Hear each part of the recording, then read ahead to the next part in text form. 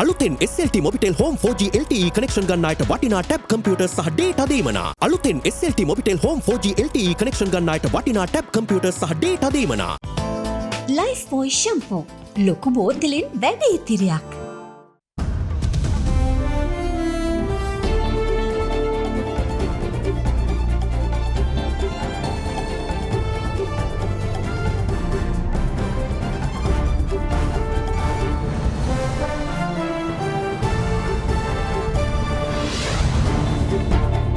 In your headlines tonight, lined up, India's line of credit comes to the rescue with steady fuel shipments set to end the country's queues. Won't let you down. The Chinese envoy in Colombo confirms that a request for $2.5 billion financial lifeline being considered. The laundry list.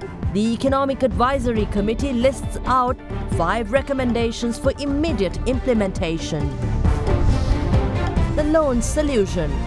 The SJB is set to boycott the all-party conference and go it alone as the island's economic saviors. All this and much more coming up tonight on First at 9, this Monday, the 21st of March, 2022. Inguru Karadumungu Tulsi Saha Kuruntuwale Hakunen. Lauchi Ginger Plus. From AdaDerana, this is AdaDerana First at 9. Live from Studio 24 in Colombo.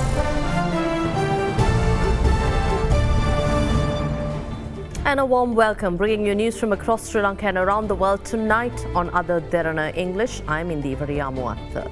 The Chinese envoy in Colombo, Chi Zhenghong, confirmed today that a request from Sri Lankan officials for a $2.5 billion financial package has been received and is under consideration.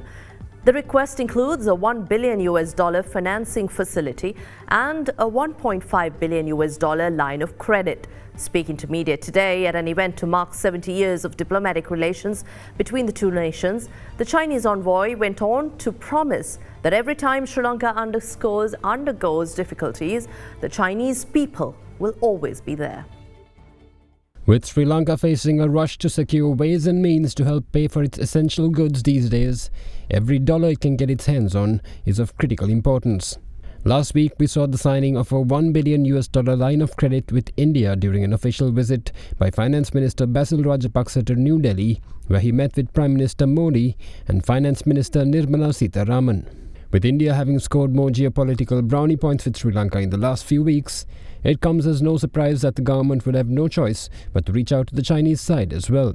This morning's media briefing featuring Chinese Ambassador Chi Zhenghong to mark 70 years of the Rubber Rice Pact confirmed this.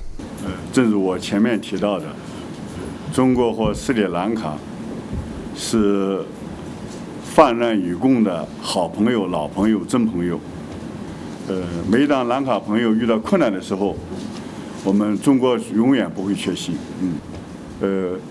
像疫情爆发以来，虽然国际评级机构不断下调斯里兰卡的评级，但中国坚定支持斯里兰卡抗击疫情、振兴经济、保障民生。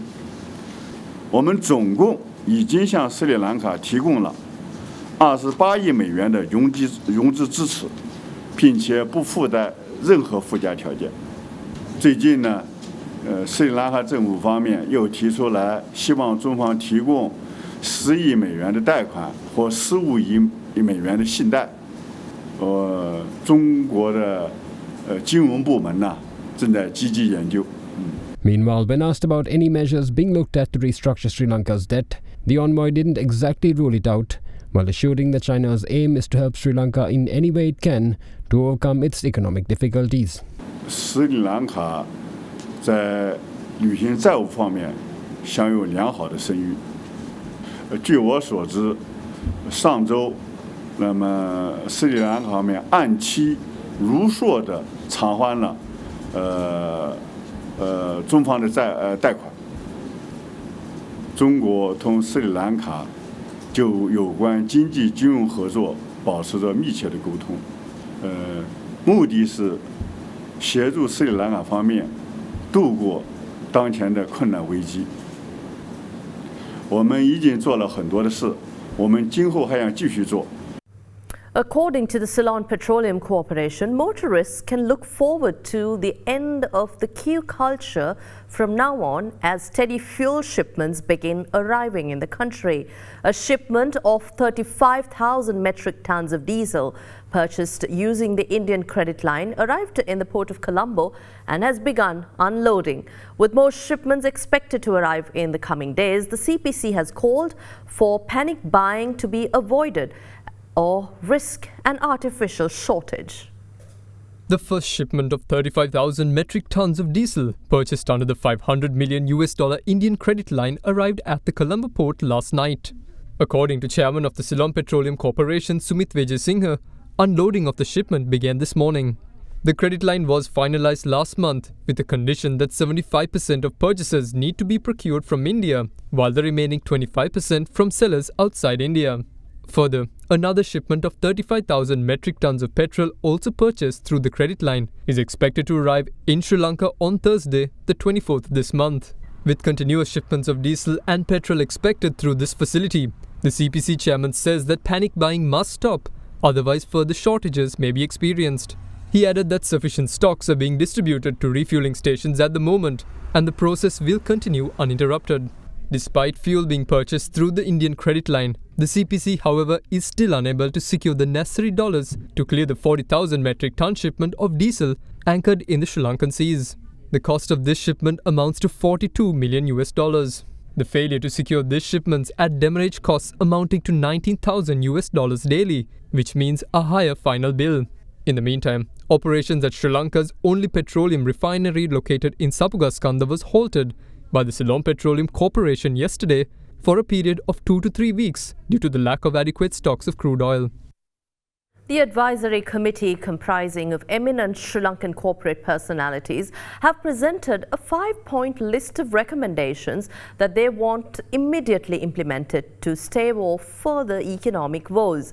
Included in the list of recommendations are calls for the appointment of a financial and legal advisor as well as an advisory panel to assist the finance minister.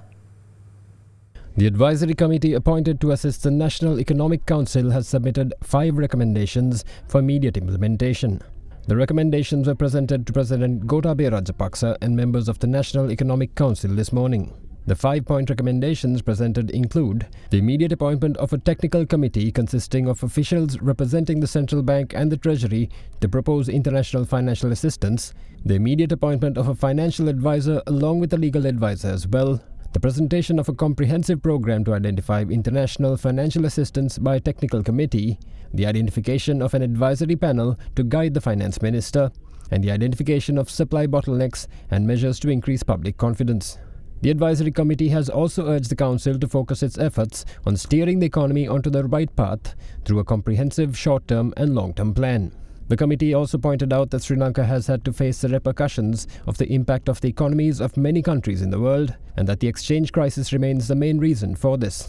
The advisory committee also expressed confidence that the economic downturn that has arisen can be avoided in the short term by properly managing the challenges facing the country.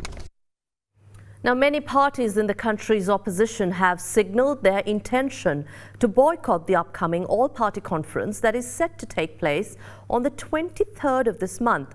This includes some former government ministers and also the Jathika Jana Balawegaya and the main opposition party, the Samagi Jana Balawegaya. UNP leader Ranil Wickremesinghe is, however, expected to make his presence at this meeting.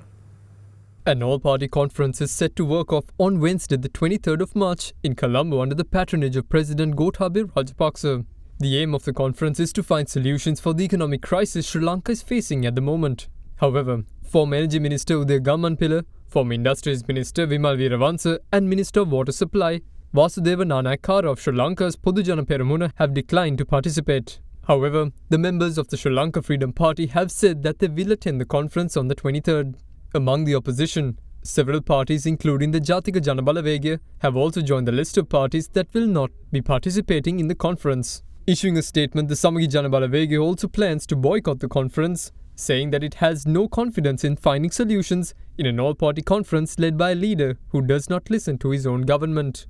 In contrast, Deputy Chairman of the United National Party, Akila Viraj Karyavasam announced that party leader Ranil Wickremesinghe will be attending the conference. සර්වපාක්ෂික සමුළුවට සම්බන්ධ වුණොත් තමයි මේ රටේ ප්‍රශ්න ගැන කතා කරන්න පුළුවන් නැත්නම් ආණ්ඩුවට කියන්න පුළුවන් මේ අවස්ථාව මගහැරියා කියලා. ඉදිරි කාලේ විධිමත් වැඩපිළිවෙලක් ක්‍රියාත්මක නොවුනොත් ඒකේ ප්‍රතිවිපාක ජනතාවට බුද්ධ විඳින්න වෙනවනේ. කවුරු ආවත් කරන්න බැරි නිසා තමයි ඔක්කොම එකතු වෙලා ජාතික ප්‍රතිපත්තියක් හැදිය යුත්තේ. In the meantime, chief prelates of Malvatta and Nasgiriya chapters have written a letter to the president, highlighting the importance of having an all-party conference comprising of both local and foreign intellectuals.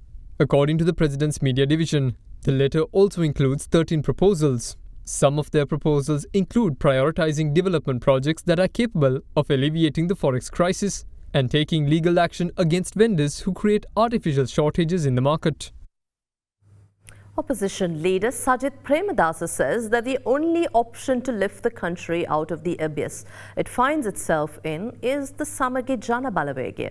The opposition leader made these comments when he was addressing a meeting in Agalavatta yesterday. මාගේ පුරවැසියනි කලබල වෙන්න එපා. මේ අමාරු තත්ත්වෙන් අපිට ගොඩ එන්න පුළුවන්. Yes we can. හැබැයි ගමන අමාරුයි. කැපකිරීම කරන්න සිද්ධ වෙනවා.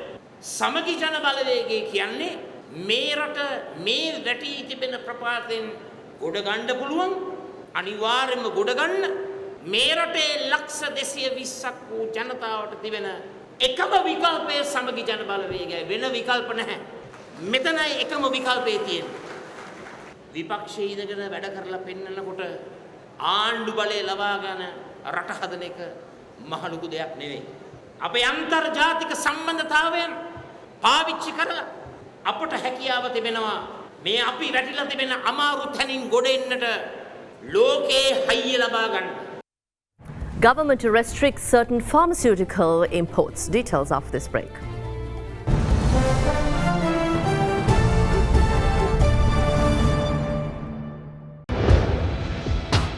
Big 3.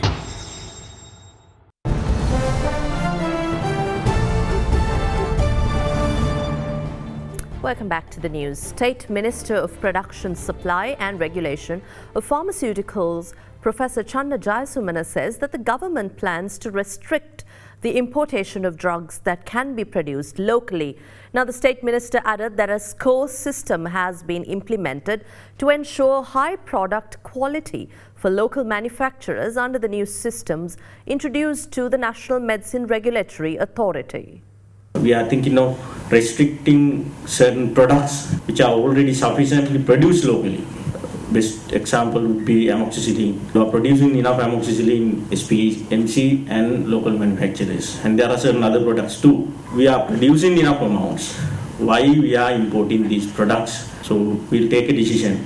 Then new products, including combined products, are encouraged. So you can go ahead, and we had a discussion with association and certain local manufacturers. If you are ready to export certain products, we can issue an export-only license through the NMRA. We are considering all these possibilities. Then the NMRA issue. Still I am getting 3-4 calls from local manufacturers per day mentioning various issues they face at the NMRA. Recently we visited a well-built factory at Katunayaka by Yarden, and during the discussion we found that for certain raw materials, the individual licensing for certain items which are already approved by the stringent authorities in other countries are requested by the NMRA, but they are just checking the documents, not chemically analyzing anything, but still it spends a lot of time. By identifying these spots, so we will definitely reduce the time taken for the approval and other regulatory processes. Being a country where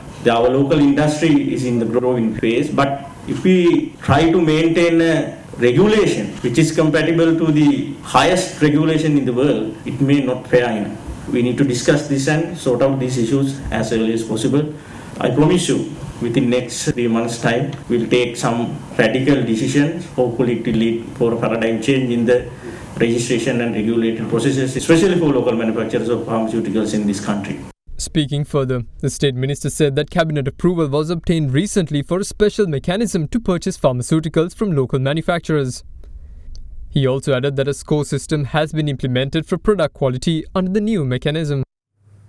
The Sri Lanka Railways welcomed a new digital service with the launch of a mobile application for train seat reservations today. Offering travellers easy access to bookings from anywhere in the world, Transport Minister Dilum Amunugama said that new changes such as this are necessary if Sri Lanka is to compete with the world for tourists. Sri Lanka's national mobile service provider SLT Mobitel and Sri Lanka's railway service marked a significant milestone today with the launch of an online seat reservation web portal and mobile app for the first time in Sri Lanka. The system offers commuters the opportunity to reserve seats online at seatsreservation.railway.gov.lk or through the Sri Lanka Railways Reservation mobile app, available as free download in the App Store. The new service will enable travellers to make their train reservations anytime from anywhere in the world. Further, the automated railway ticket reservation system facilitates the reservation of trains for all routes across the island by connecting railway stations throughout Sri Lanka. Speaking at the launch event, Transport Minister Dilum Amunugama assured that despite some resistance to changes implemented in the past, this time around, history will not repeat itself. දුම්රිය දෙපාර්තමේන්තුව කියන්නේ වෙනස්කම් කරන්න ලේසි තැනක් නෙමෙයි. ඒ කෙසේ වෙතත් වර්තමාන තත්ත්වය අනුව අනිවාර්යෙන්ම දුම්රිය දෙපාර්තමේන්තුව විතරක් නෙමෙයි ප්‍රවාහන ශාස්ත්‍රයේ නවීකරණය වීම අත්‍යවශ්‍ය වෙනවා. නැතිනම් අපිට ලෝකෙත් එක්ක ඉදිරියට ගමන් කිරීමේ හැකියාව ලැබෙන්නේ නැහැ. හැබැයි අපි අනිත් අතට කියන්නත් ඕනේ සිළුම දිනාට මේ වෙනස් කිරීමට ඒ දෙපාර්තමේන්තු බය වෙලා තියෙන්නේ ඇයි කියන කාරණෙත් මම හොයලා බැලුවා මම ආවට පස්සේ. නිකම්ම බය වෙලත් නැහැ අපේ පොල්වත්තුමා. බය වෙන්න හේතුව වෙලා තියෙන්නේ හැම වෙනසක් එක්කම අයහපත් ප්‍රතිඵලයක් ලැබිලා තියෙනවා. ඒකට හේතුව තමයි ඉතිහාසයේ වෙනස්කම් කරනකොට කිරලා තියෙන්නේ ප්‍රවාහන ශාස්ත්‍රයේ යහපතට කෙසේ වෙතත් ඒ ශාස්ත්‍රයේ මෙහෙවන අයගේ යහපතට හෝ බැංකුව ගිණුම් වල යහපතට හෝ වෙන මොකක් හරි එකක යහපතට තමයි මොකක් වෙනස්කම් සිද්ධ වෙලා තියෙන්නේ. එතකොට තමයි දුම්රිය දෙපාර්තමේන්තුවේ විශේෂයෙන්ම වෘත්තීය සමිති නිලධාරීන් මේවට විරුද්ධ වෙලා තියෙනවා කියලා අපිට පේන දින මේ නිසා.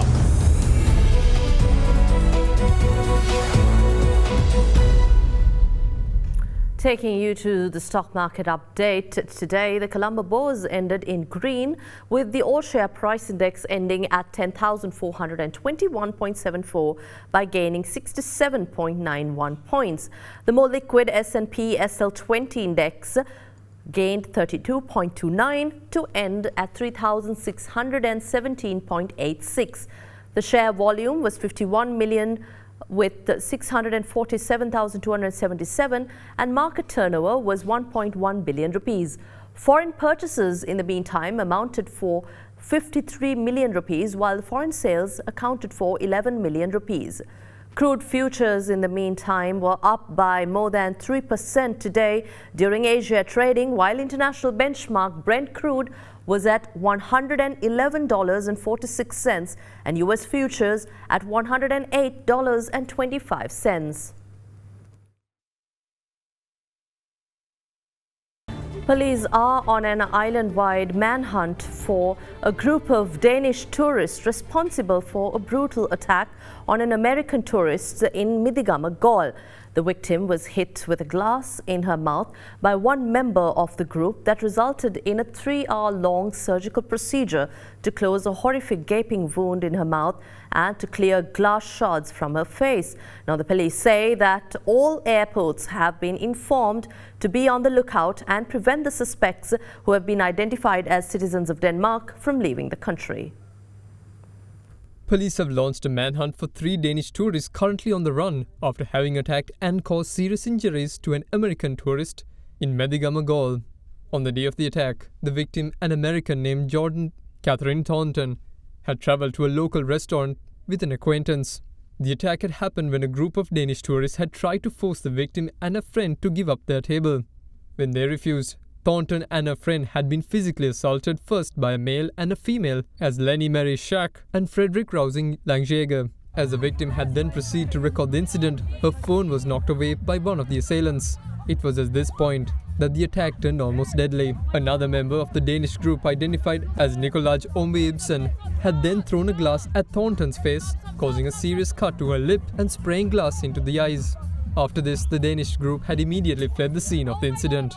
Thornton had then been administered first aid by staff at the venue until ambulance transported her to a hospital in Gaul. The extent of her injury was so bad that 2 of the hospitals had refused to treat her. afterwards undergoing a 3-hour surgery on her lip. Thornton had filed a complaint with the Madigama police. The glass hit me here, here, here. It hit all over my face. It sliced open my entire lip, so my top lip was in two. In the bottom, I have stitches here. I have stitches on the side of my mouth, and I have a stitch here. There is glass inside of my eye. The nerves and the muscles may never be the same. My surgery lasted around 3 hours. They don't know if I will ever fully recover. I might have permanent damage to my mouth and never be able to smile again. We're just not sure how long the effects will last. When we spoke to Sri Lanka Tourist Police, they revealed that a multi-team investigation has been launched to track down the identified suspects, including having informed the country's airports to be on lookout to prevent them from fleeing the country. The police say the teams have been dispatched to search hotels that the groups had stayed in so far. Police stations across the island have been informed as well. A model agroforestry project was launched last week with the support of the government in order to identify alternative lands that could be used for the tea, coconut and rubber cultivation. The project is an initiative of the government of Netherlands and the Ministry of Plantations. A model agroforestry pilot project sponsored by the government of Netherlands on tea and coconut lands in Sri Lanka was launched last week. The project is being carried out in partnership with the Coconut Research Institute, Tea Research Institute, University of Peradeniya and the University of Netherlands. The project is an initiative that looks to identify alternative lands in order to grow some of Sri Lanka's most important export crops, which are tea, rubber and coconut. Speaking at the event organised last week, Minister of Plantations Ramesh Patharan endorsed the move and stated that it is a timely initiative that would greatly aid the country. He added that this is because the fertility levels of the land used for tea cultivation has greatly diminished over the years and is resulting in lower annual yields. As such, the pilot agroforestry pilot project is funded by the government of the Netherlands and will be carried out first on a coconut land owned in the Kurunagala Plantation Company and at the Gatmo Tea Estate in Muskelia. And that's it from us here tonight. Thanks for watching. We'll see you again tomorrow, same time. Good night.